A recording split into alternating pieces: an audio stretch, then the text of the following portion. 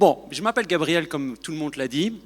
Je suis surtout actif dans l'e-commerce et j'ai été reconnu dans le monde de l'entrepreneuriat pour avoir généré 20 millions de dollars en moins de 6 mois. Et c'était de la part de ClickFunnels. Et là, vous pouvez voir mon ami Maxime et moi-même. Alors, ici, je vais essayer vraiment d'aller dans des choses simples que vous pourrez appliquer en rentrant chez vous. Donc, on va faire des choses qui sont relativement faciles à faire. La première chose, c'est pourquoi il faut optimiser sa boutique en ligne. La première chose, c'est parce que le coût de la publicité augmente. Alors oui, vous allez me dire, oui, pourquoi? Mais tout simplement parce que les acteurs comme AliExpress, Amazon, Temu, qui est arrivé en 2022, tous ces gars-là n'arrêtent pas d'investir, d'acheter de la publicité, et ça fait monter les prix. La deuxième chose, vous le savez, les États européens, eux aussi maintenant, cherchent à faire plus d'argent. Alors je vous parle de ça parce qu'en 2017 ou 2018, eh bien, les États européens ne prenaient pas d'argent à la source. Maintenant, si vous faites de la publicité sur Google, Facebook ou quoi que ce soit, la France, l'Espagne, ce que vous voulez, va vous prendre un pourcentage de vos dépenses. Alors, j'aime bien toujours venir à des faits concrets. C'est une facture que j'ai eue de la semaine dernière de Google pour les États, les dépenses d'une de mes boutiques en ligne. Vous pouvez voir que j'ai dépensé 119 000 € par mois et vous pouvez voir en bas la France Operating Cost qui m'a pris 2 300 €, un petit peu plus. Alors vous allez me dire, oui Gabriel, 2 300 €, c'est pas très grave, mais si vous dépensez 1 million par mois, les 2 300 € deviennent 23 000 €.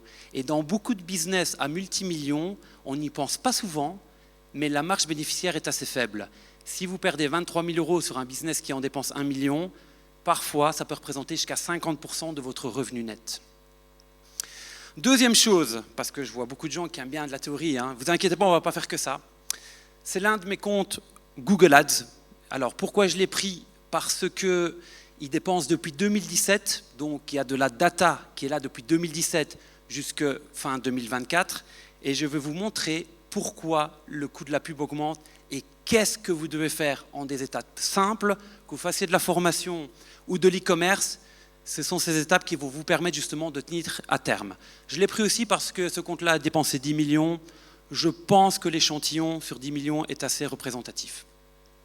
La première chose en 2017, alors c'était parfait, je venais de lancer ma boutique, c'était franchement tranquille, j'avais juste plugué à ma boutique Shopify Google. Google faisait mes ads. Vous pouvez voir que j'étais à 25 cents du clic. J'avais un taux de conversion de 6,78%. Alors, qu'est-ce qu'un taux de conversion?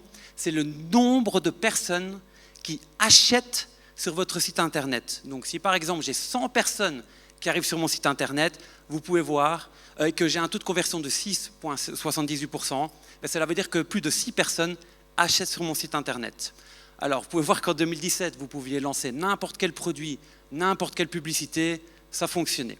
Vous pouvez voir que j'avais généré, à ce moment-là, j'étais nouveau, pour 2 000 €, j'en avais rentré 9 000.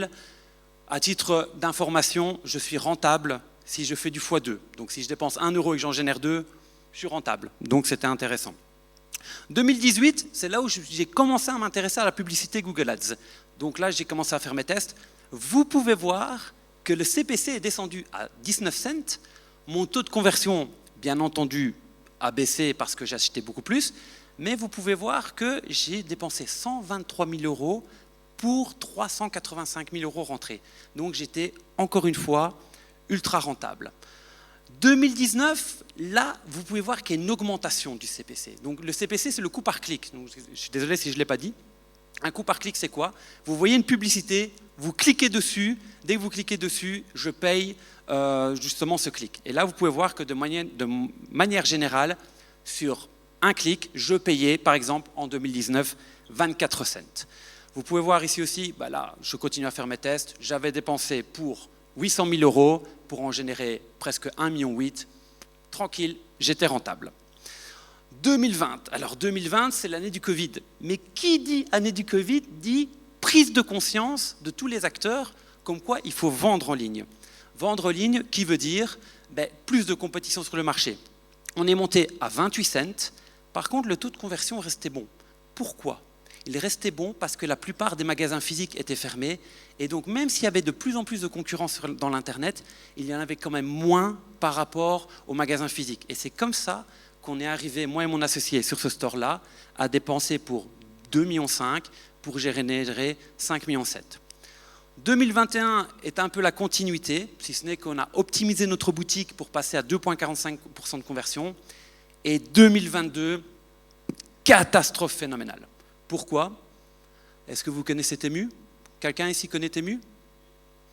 Voilà. Temu est arrivé, personne ne les connaissait, les mecs ont mis des milliards sur la table, pas de rentabilité, on s'en fout, on attaque le marché, ils ont tout fait monter et ça nous a amené une perte colossale, comme vous pouvez le voir ici. Je suis passé de 2,6 millions à 1,16 million. J'ai dû diviser par plus de 2 mon nombre d'achats sur Google Ads.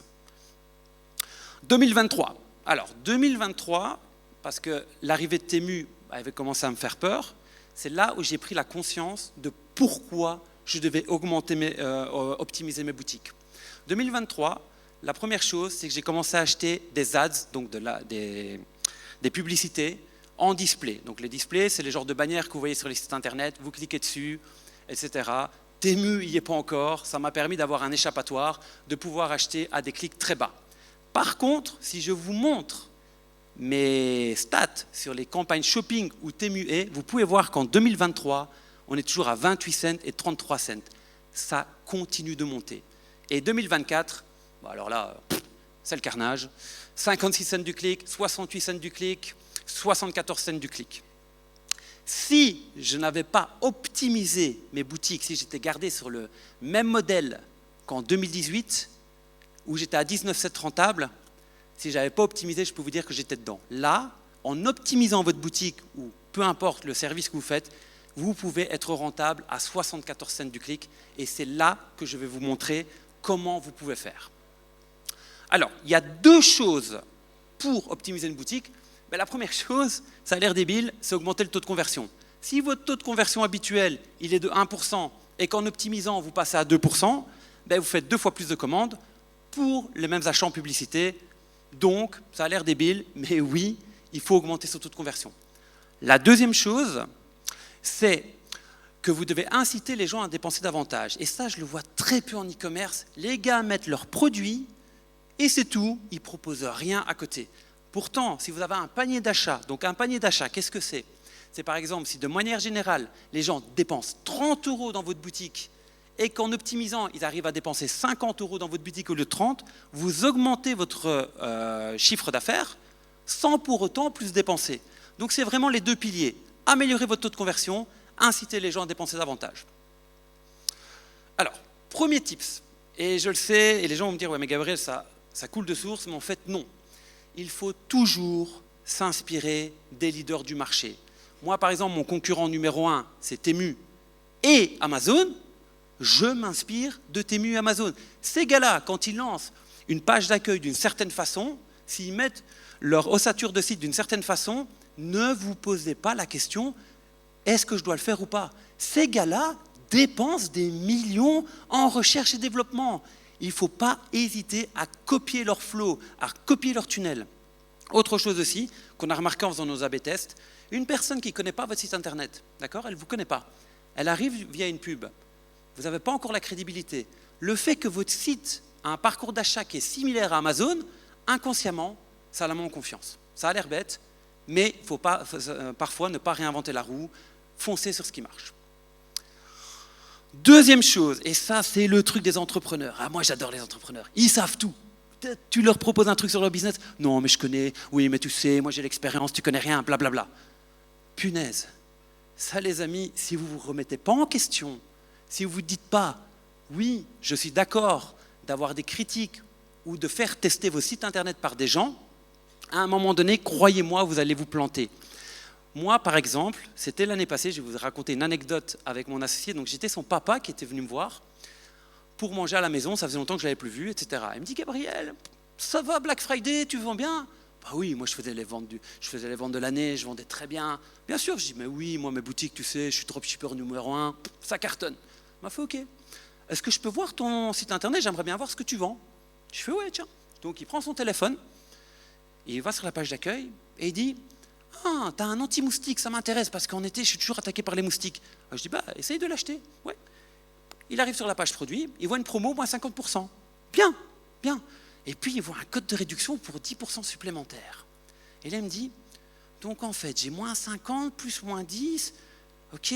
Et après, je réoffrais 10% supplémentaire si vous en preniez 2. » Et il me dit « Mais en fait, c'est un casse-tête, ton site. C'est un casse-tête parce que je proposais 3 types de promos différentes sur ma page produit. » Et il était perdu. Ensuite, il dit « Ok, bon, pas de souci, etc. » Il appuie, et maintenant il arrive sur la page pour acheter, pour mettre sa carte. D'accord? Il arrive. Il voit un compte à rebours où il voit 10 minutes. Il fait « Ouh, j'ai pas le temps de prendre ma carte, c'est compliqué, je stresse, j'arrête, je m'en vais, c'est pas comme sur Amazon. » Waouh! J'ai pris une de ces claques. Cela veut dire quoi comme conclusion?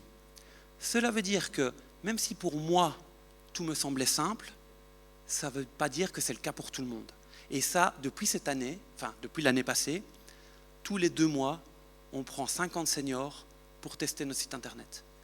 Pas parce que les seniors sont moins intelligents, mais on prend des seniors parce que si eux qui ne sont pas habitués aux technologies se sentent en sécurité pour acheter chez vous, vous êtes tranquille, vous savez que vous allez dans la bonne direction. Autre chose, et là aussi c'est pour la plupart des e-commerçants, la page d'accueil est tout le temps négligée dans 99% des cas. Parce que c'est toujours la même chose. Gabriel, moi je fais de la pub sur mes fiches produits, je n'ai pas besoin de faire ma page d'accueil, etc. De toute façon, ce n'est pas les pages les plus vues. Moi j'ai regardé mes Google Analytics, je peux vous dire que ma page d'accueil c'est la page la plus vue. On a fait installer des logiciels pour savoir quel était le comportement d'un utilisateur. Et croyez-moi, même s'il est convaincu par votre page produit, il y a de grandes chances qu'il clique quand même sur la page d'accueil pour voir ce que vous avez à proposer d'autre. Si votre page d'accueil n'est pas travaillée, vous allez perdre en grande partie le client. Aussi, et encore, il faut se baser sur Amazon, Cdiscount, Rakuten, ils travaillent tous leur page d'accueil. Ils font des événementiels pour Black Friday, pour les French Days, pour Noël. Qu'est-ce que vous voulez, mais ils font de l'événementiel. Pourquoi? Parce que ça fait vendre plus. Peut-être qu'une personne qui est venue pour voir une page, donc un produit chez moi, et qui se dit « Oui, ok, le produit m'intéresse, je vais sur la page d'accueil, il voit un autre produit qui l'intéresse », peut-être qu'il repartira avec 2 produits au lieu d'un, et encore une fois, ça fait monter votre panier moyen. Par exemple ici, vous pouvez voir ces discounts, grosse bannière, le French Père Noël existe. Pareil pour Amazon, les ventes flash de décembre sont là. Foncez, vous pouvez aller sur mes boutiques, c'est les mêmes stratégies, on a copié à l'identique. Deuxième chose, la page produit, parce que là, j'étais quand même sur la page d'accueil. Ok, page produit reste quand même l'une des clés les plus importantes, parce que c'est là où vous allez pouvoir monter votre panier moyen, c'est là où vous allez pouvoir monter votre taux de conversion. Et là, je vais vous montrer quel genre de page produit vous devez faire. Ça, c'est vraiment le canevas à suivre, qui ne fait pas scammy, qui marche bien, qui plaît tant aux seniors qu'aux jeunes. Le premier, c'est tout en haut, c'est le nombre de visiteurs qui est sur votre page. Pourquoi? Parce que s'ils sont 50, on dit il y a une seule demande et peut-être que ça va être en dehors du stock, ça m'intéresse de voir. Deuxième, nom du produit. Vous ne cassez pas la tête, c'est un anti-moustique, mettez anti-moustique. Ensuite, à côté du nom du produit, mettez le nom de marque. Même si ce n'est pas une vraie marque, on s'en fout. Anti-moustique par anti-mosquito avec un petit TM, ça passe bien. Fini. Deuxième chose, parce que les gens n'aiment pas lire, mettez l'avantage le plus important en premier, juste en dessous du titre. Donc, par exemple, mettez « Fini les problèmes de moustiques » en premier d'avantage. On comprend exactement ce que vous vendez, c'est intéressant. Et ensuite, listez 1, 2, 3, 4 avantages. Ça, en un coup d'œil, on a compris ce que vous vendez, il n'y a pas trop à lire, ça met du sentiment d'urgence, ça marche bien. Ensuite, pour augmenter votre panier de moyens, c'est quand même assez important de le mentionner, vous devez proposer 1 ou 2, 3 avec des promotions. Donc ça, je le mets toujours. Et aussi, n'hésitez pas à mettre une review juste en face, juste en bas de vos photos. Ça rassure toujours le client. Deuxièmement, je vais faire vite parce qu'il me reste que 5 minutes. N'hésitez pas à taper là-dessus 30 jours ou 14 jours satisfaits ou remboursés. Ça, si vous ne le mettez pas, c'est des conversions en moins. Croyez-moi, mettez-le, rappelez-le, c'est ultra important. Si vous avez des bonnes notes Trustpilot, ajoutez-les, mettez du trust, parce qu'on vend tous les mêmes produits. Si votre boutique fait plus sérieux que votre concurrent, que vous avez toujours un prix qui est correct, la personne achètera chez vous, donc très important. Et ensuite, ça continue, en bas, la to-cart, et là, on met une photo, un texte, il faut aérer les choses, c'est toujours le plus important. Là, et ensuite, vous terminez avec les reviews. Donc une review avec une grande photo, une belle photo, plus 3 reviews à côté, donnez du trust, c'est ultra important pour votre taux de conversion. Alors là pareil, je vous avais expliqué qu'avant ce qu'on faisait, donc le papa de Maxime m'avait dit, quand j'ajoutais au panier, je mettais une pop-up qui disait est-ce que tu en veux un deuxième à moins 15%. Ce genre de choses, par exemple le papa de Maxime m'a dit ça a fait scam à fond, j'ai plus confiance, je veux partir, c'est agressif. Et comme de fait, depuis qu'on l'a enlevé, ça a augmenté notre taux de conversion. Autre chose ultra important, c'est la page de paiement. Alors les gens ne s'en rendent pas compte, mais c'est quand même sur cette page où le gars va mettre sa carte bancaire. C'est quand même là où le gars a besoin d'être rassuré. Alors là, même si le papa de Maxime n'était pas très content, on a fait les tests, le compte à rebours fonctionne quand même.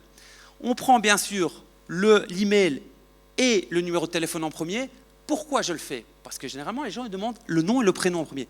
Moi, je veux l'email en premier parce que si le client n'achète pas, mais que j'ai son email, parce que s'il le met et qu'après il ne met pas son adresse, je peux lui envoyer soit des SMS, soit des emails pour le convaincre de finir son achat.